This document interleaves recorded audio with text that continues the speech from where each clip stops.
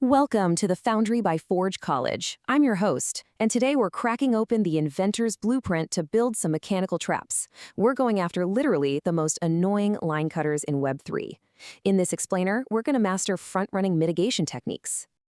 Let's just quickly sketch out our attack plan for today. We're going to start with the threat, look at why rate limits aren't enough, and then build out some real solutions with commit reveal and batching and delays. After that, we'll hit the lab for testing and wrap it all up with layered defenses. Okay, Section 1, the threat. To understand how to fix this, we've got to look at that chaotic, completely transparent waiting room of the blockchain we call the mempool.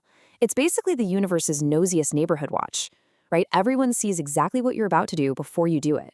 So, front-running.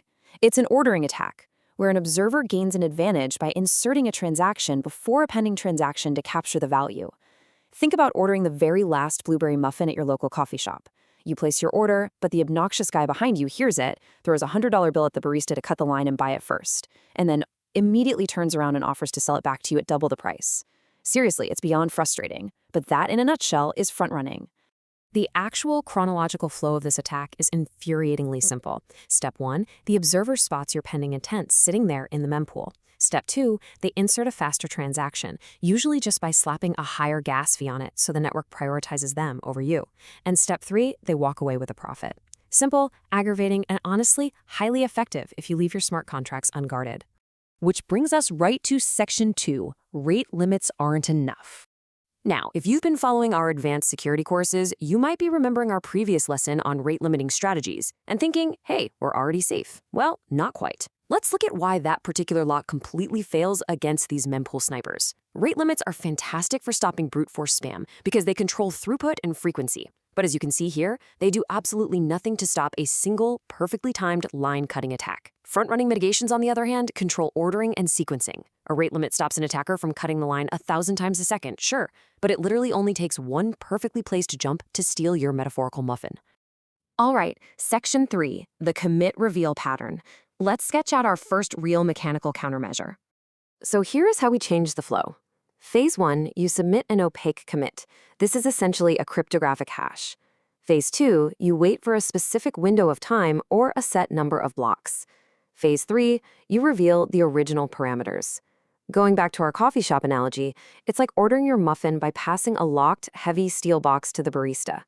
The sneaky guy behind you has absolutely no idea what's inside, so he can't copy your order.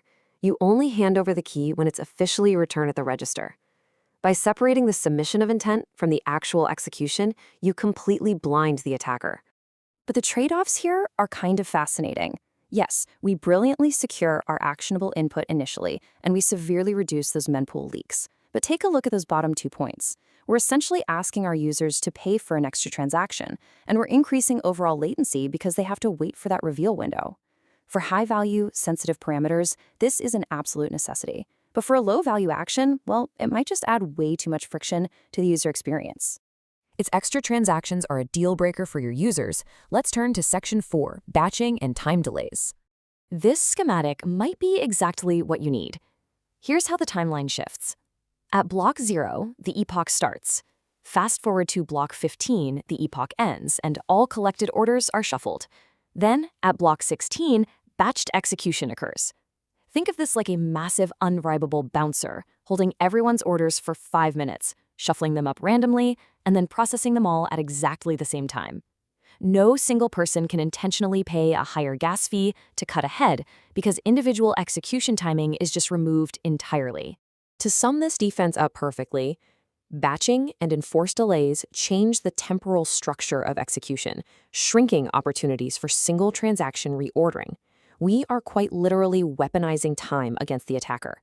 By processing multiple requests together, or just requiring a minimum block delay, we completely remove the immediate, predictable execution that front-running bots absolutely rely on to make their profit. Okay, Section 5, lab testing. Because it's one thing to draw these blueprints out, but it's another entirely to take them into a local Hardhat lab and stress test them. Let's look at the actual measurable results. The baseline vulnerabilities without protection are pretty grim. Attacker profit is high, their success rate is a whopping 95%, while user latency sits at just 1 block. But check out commit reveal. That attacker's success rate plummets to absolute 0. A batcher drops it to a mere 5%. Both of our new inventions absolutely crush the attacker.